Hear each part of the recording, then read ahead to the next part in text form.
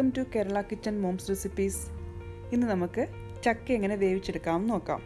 ചില നാടുകളിൽ ഇതിന് ചക്കപ്പുഴുക്കെന്നാണ് പറയുന്നത്. ഞങ്ങളുടെയൊക്കെ സൈഡിലോട്ട് ഇതിന് ചക്ക വേവിക്കുക എന്നാണ് പറയുന്നത്. അപ്പോൾ ഞാൻ ഇതുപോലെ പച്ചച്ചക്ക ചെറുതായിട്ട് ഇതേപോലെ അരിഞ്ഞെടുത്തിട്ടുണ്ട്. ഇതുപോലെ ചെറിയ പീസായിട്ട് അരിഞ്ഞെടുത്തിട്ടാണ് ഞങ്ങളുടെ നാട്ടിലോട്ടൊക്കെ ചക്ക വേവിച്ചെടുക്കുന്നത്. അപ്പോൾ ഇതൊരു ഏകദേശം ഒരു ചക്ക ഫുള്ളായിട്ടുണ്ട്. ഞാനിത് ഇതേപോലെ ചെറിയ പീസായിട്ട് അരിഞ്ഞെടുത്തിട്ടുണ്ട്. ഇനി നമുക്ക് ആവശ്യം ഇതിനകത്തേക്ക് ചേർക്കാൻ വേണ്ടി തേങ്ങ അരച്ചെടുത്താണ്, അത് ചതച്ചെടുക്കുകയാണ് ചെയ്യുന്നത്. അതിനുവേണ്ടി കുറച്ച് പച്ചമുളക് എടുത്തിട്ടുണ്ട്, അതുപോലെ ഒരു അരമുറി തേങ്ങ, ഒരു 4-5 വെളുത്തുള്ളി, കുറച്ച് ജീരകം, കുറച്ച് മഞ്ഞൾപ്പൊടി, അതൊരു 1/2 ടീസ്പൂൺ മഞ്ഞൾപ്പൊടി, പിന്നെ ആവശ്യത്തിന് ഉപ്പ്, പിന്നെ കറിവേപ്പില. അപ്പോൾ ഇത്രയാണ് നമുക്ക് ഇതിനകത്തേക്ക് അരച്ച് ചേർക്കാൻ വേണ്ടിയുള്ളത്. ആദ്യം തന്നെ നമുക്ക് ഈ ചക്കയൊന്ന് വേവിച്ചെടുക്കണം, അതൊന്ന് ആവി കയറ്റിയെടുക്കണം. അപ്പോൾ ആവി കയറ്റാൻ വേണ്ടി ഞാനിവിടെ അടുപ്പിൽ വെച്ചിട്ടുണ്ട്. അപ്പോൾ ഇതിനകത്തേക്ക് നമുക്ക് അധികം വെള്ളം ഒഴിച്ച് കൊടുക്കേണ്ട ആവശ്യമില്ല. ചക്ക എളുപ്പം തന്നെ വെന്ത് കിട്ടും. ഒരുപാട് വെള്ളം ആയി കഴിഞ്ഞ് കഴിഞ്ഞാൽ ചക്ക അങ്ങ് ശരിക്കും വെന്ത് കുഴഞ്ഞു പോകും, ഒരുപാടങ്ങ് ഇതായിപ്പോൾ. അപ്പോൾ വളരെ കുറച്ച് വെള്ളം ഒഴിച്ച് കൊടുത്താൽ മതിയായിരിക്കും. എന്നിട്ട് നമുക്ക് അടച്ചു വെച്ചതിന് ശേഷം നല്ലതുപോലെ ഒന്ന് ആവി കയറ്റിയെടുക്കാം. ഇപ്പം ഞാൻ ഇതിനകത്തേക്ക് ഉപ്പൊന്നും ചേർക്കുന്നില്ല. ഉപ്പ് ഞാൻ അരപ്പിനകത്താണ് ചേർത്ത് ഇതിനകത്തേക്ക് ഇട്ട് കൊടുക്കുന്നത്. ഇനി നമുക്കിത് അടച്ചു വെച്ചതിന് ശേഷം നന്നായിട്ടൊന്ന് ആവി കയറ്റി വേവിച്ചെടുക്കാം. അപ്പോൾ ചക്ക അവിടെ നിന്ന് വേവുന്ന സമയം കൊണ്ട് നമുക്ക് അരപ്പ് തയ്യാറാക്കിയെടുക്കാം. അപ്പോൾ ഞാൻ നേരത്തെ എടുത്ത് വെച്ചിരുന്ന തേങ്ങയും വെളുത്തുള്ളിയും ജീരകവും അതുപോലെ തന്നെ പച്ചമുളകും ഉപ്പും കൂടെ ഒരു മിക്സിയുടെ ജാറിലിട്ട് നമുക്ക് ജസ്റ്റ് ഒന്ന് കറക്കിയെടുത്തുകൊണ്ട് വരാം. അധികം അങ്ങ് അരഞ്ഞും പോകരുത്, എന്നാൽ ഒരു മീഡിയം പരുവത്തിലായിരിക്കണം നമുക്ക് അരച്ചെടുക്കേണ്ടത്. അപ്പോൾ നമുക്കൊന്ന് അരച്ചെടുത്തുകൊണ്ട് വരാം. ഇപ്പം ഞാൻ തേങ്ങ നല്ലതുപോലെ അരച്ചെടുത്തിട്ടുണ്ട്, കണ്ടില്ലേ? ഇത് അധികം അങ്ങ് അരഞ്ഞിട്ടില്ല, എന്നാൽ ജസ്റ്റ് ഒന്ന് ഒതുക്കിയെടുക്കുക മാത്രമേ ചെയ്തിട്ടുള്ളൂ. ഇനി നമുക്ക് ചക്ക വെന്തോന്ന് നോക്കാം. ഇപ്പോൾ ഏകദേശം ഒരു 4-5 മിനിറ്റ് ആയിട്ടുണ്ട്. നമുക്കിത് തുറന്ന് നോക്കാം. ഇപ്പം നന്നായിട്ട് തന്നെ ആവിയൊക്കെ വരുന്നുണ്ട്, കണ്ടില്ലേ? നല്ലപോലെ ചക്ക വെന്തിട്ടുണ്ട്. ഇപ്പോൾ നമ്മൾ ഒഴിച്ചു കൊടുത്ത വെള്ളമൊക്കെ വറ്റിയിട്ടുണ്ട്. കാരണം നമ്മൾ അധികം വെള്ളം ഒഴിച്ചിട്ട് ഏകദേശം ഒരു 1/2 ഗ്ലാസ് വെള്ളം നമ്മൾ ഒഴിച്ചു കൊടുത്തിട്ടുള്ളൂ. ചക്ക നല്ല പെർഫെക്റ്റായിട്ട് വെന്ത് വന്നിട്ടുണ്ട്. ഇനി നമുക്കിതിനകത്തേക്ക് അരപ്പ് ചേർത്ത് കൊടുക്കണം.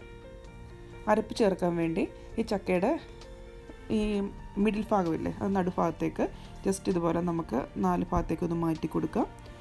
എന്നിട്ട് ഇതിൻ്റെ നടുഭാഗത്തേക്ക് നമുക്ക് അരപ്പ് ഇട്ട് കൊടുക്കാം. അരപ്പിട്ടതിന് ശേഷം ചക്ക വെച്ച് തന്നെ നമുക്കത് ജസ്റ്റ് ഒന്ന് കവർ ചെയ്ത് കൊടുക്കാം. എന്നിട്ട് അടച്ചു വെച്ച് ജസ്റ്റ് ഒരു ആവിയും കൂടെ കയറ്റിയെടുക്കാം. എന്നിട്ട് കുറച്ച് കറിവേപ്പില, ഞാൻ നേരത്തെ എടുത്ത് വെച്ചിരുന്ന കറിവേപ്പിലയല്ലേ, അതുകൂടി ഇതിന് മുകളിലേക്ക് ഇട്ട് കൊടുത്തിട്ട് നമുക്ക് ഈ പാത്രം അടച്ചു വെച്ചിട്ട് ആ ആവിയിലിരുന്ന് അപ്പോൾ ഈ അരപ്പിൻ്റെയും കറിവേപ്പിൻ്റെയും ഒക്കെ ടേസ്റ്റ് നമ്മുടെ ചക്കയ്ക്കകത്തേക്ക് കിട്ടും. അപ്പോൾ ജസ്റ്റ് ഒരു ആവിയും കൂടെ നമുക്കൊന്ന് കയറ്റിയെടുക്കാം.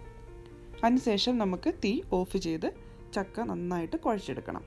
അപ്പോൾ നമുക്കിപ്പം പാത്രം അടച്ചു വയ്ക്കാം. എന്നിട്ട് ജസ്റ്റ് ഒരു ആവിയും കൂടെ കയറ്റിയെടുക്കാം. ഇപ്പം നമ്മൾ പാത്രം അടച്ചു വെച്ചതിന് ശേഷം ഏകദേശം ഒരു 1-1.5 മിനിറ്റ് ആയിട്ടുണ്ട്. അപ്പം നല്ലപോലെ ആവി ആ ചക്കയ്ക്കകത്തേക്ക് വന്നിട്ടുണ്ട്, കണ്ടില്ലേ? ഇനി നമുക്കിത് ഒരു തവി വെച്ച് നല്ലതുപോലെ ഇളക്കി ഒന്ന് യോജിപ്പിച്ച് കൊടുക്കാം. ഇനി അതിന് ശേഷം നമുക്ക് തീ ഓഫ് ചെയ്യാം. എന്നിട്ട് ഈ പാത്രം നമുക്ക് പുറത്തേക്ക് മാറ്റി വെച്ചിട്ട് നല്ലതുപോലെ ഇത് കുഴച്ചെടുക്കണം. അപ്പം കുഴച്ചെടുക്കാൻ വേണ്ടി ഞാനിവിടെ ഉപയോഗിച്ചിരിക്കുന്നത് തുടിപ്പാണ്. അപ്പം ഞങ്ങളുടെ നാട്ടിൽ ഇതിന് പറയുന്നത് തുടിപ്പെന്നാണ്. ഇത് നമ്മുടെ ഇതുണ്ടല്ലോ, നമ്മുടെ ഓലമടലുണ്ടല്ലോ, ഓലമടൽ വെട്ടി ഉണ്ടാക്കുന്നതാണ്. അപ്പോൾ ഞാൻ നാട്ടിൽ നിന്ന് ഉണ്ടാക്കിക്കൊണ്ട് വന്നതാണ്. അപ്പോൾ ഇത് വെച്ചാണ് സാധാരണ ഞങ്ങൾ ചക്കയും കപ്പയൊക്കെ ഇളക്കാറുള്ളത്. അപ്പോൾ ഇത് വെച്ച് നമുക്ക് നല്ലതുപോലെ ഒന്ന് ഇളക്കിയെടുക്കാം. ഈ ചക്ക നല്ലതുപോലെ വെന്തതായത് കാരണം നമുക്ക് ജസ്റ്റ് ഇതുപോലെ വട്ടത്തിലൊന്ന് ആക്കുമ്പോൾ തന്നെ നല്ലതുപോലെ ചക്ക കുഴച്ച് എടുക്കാൻ പറ്റും. അപ്പം നമുക്ക് നല്ലതുപോലെ ഈ ചക്ക ഒന്ന് കുഴച്ചെടുക്കാം. വേണമെങ്കിൽ ഇതിനകത്തേക്ക് 1 ടീസ്പൂൺ വെളിച്ചെണ്ണയും കൂടെ നമുക്ക് ആഡ് ചെയ്യാം. അതിനുശേഷം നല്ലതായിട്ട് ഇളക്കി ഒന്ന് യോജിപ്പിക്കാം. അങ്ങനെ വെളിച്ചെണ്ണ ആഡ് ചെയ്യുമ്പോൾ ഒരു പ്രത്യേക ടേസ്റ്റ് ആയിരിക്കും നമ്മുടെ ഈ ചക്കപ്പുഴുക്കിനുണ്ടാകുന്നത്. അപ്പോൾ ഇപ്പോൾ നമ്മുടെ ചക്ക ഇവിടെ വേവിച്ചത് റെഡി ആയിട്ടുണ്ട്. ഈ ഒരു പരുവാണ് ചക്ക കുഴച്ചെടുക്കേണ്ടത്. ഇനി നമുക്കിത് കടുമാങ്ങ കൂട്ടിയോ അതും അല്ലെങ്കിൽ മീൻകറി കൂട്ടിയോ അതുമല്ലെന്നുണ്ടെങ്കിൽ കൊഞ്ച് ചമ്മന്തി കൂട്ടിയോ നമുക്കിത് കഴിക്കാവുന്നതാണ്. അപ്പോൾ ഞാൻ കൊഞ്ച് ചമ്മന്തിയുടെ വീഡിയോയുടെ ലിങ്ക് ഡിസ്ക്രിപ്ഷൻ ബോക്സിലിടാം. അപ്പോൾ നിങ്ങൾ അതുകൂടെ ഒന്ന് കാണുക. അപ്പം ഇന്നത്തെ എൻ്റെ ഈ ചക്ക വേവിച്ച് നിങ്ങൾക്ക് ഇഷ്ടപ്പെട്ടെങ്കിൽ എൻ്റെ വീഡിയോ ലൈക്കും ഷെയറും ചെയ്യാൻ മറക്കണ്ട. അത് പറഞ്ഞപ്പോഴാണ് ഓർത്തത്, ചക്ക നമുക്ക് വെളിച്ചെണ്ണ കൂട്ടിയും കഴിക്കാൻ നല്ല ടേസ്റ്റ് ആയിരിക്കും. ഞങ്ങൾ ചെറുപ്പത്തിലൊക്കെ ഈ ചക്ക എടുത്തിട്ട് വാഴയിലിടും, എന്നിട്ട് നടുഭാഗത്തേക്ക് ഒരു കുഴി കുത്തിയിട്ട് അതിനകത്തേക്ക് വെളിച്ചെണ്ണ ഒഴിച്ചിട്ട് അതും കൂട്ടി കഴിക്കാറുണ്ട്. അതിനും ഭയങ്കര ടേസ്റ്റാണ്. ഒരു പ്രത്യേകം പറഞ്ഞൊരു നെസ്റ്റാൾജിക് ഫീലിംഗ് ആണ് ഈ ചക്ക വേവിച്ചതിന്.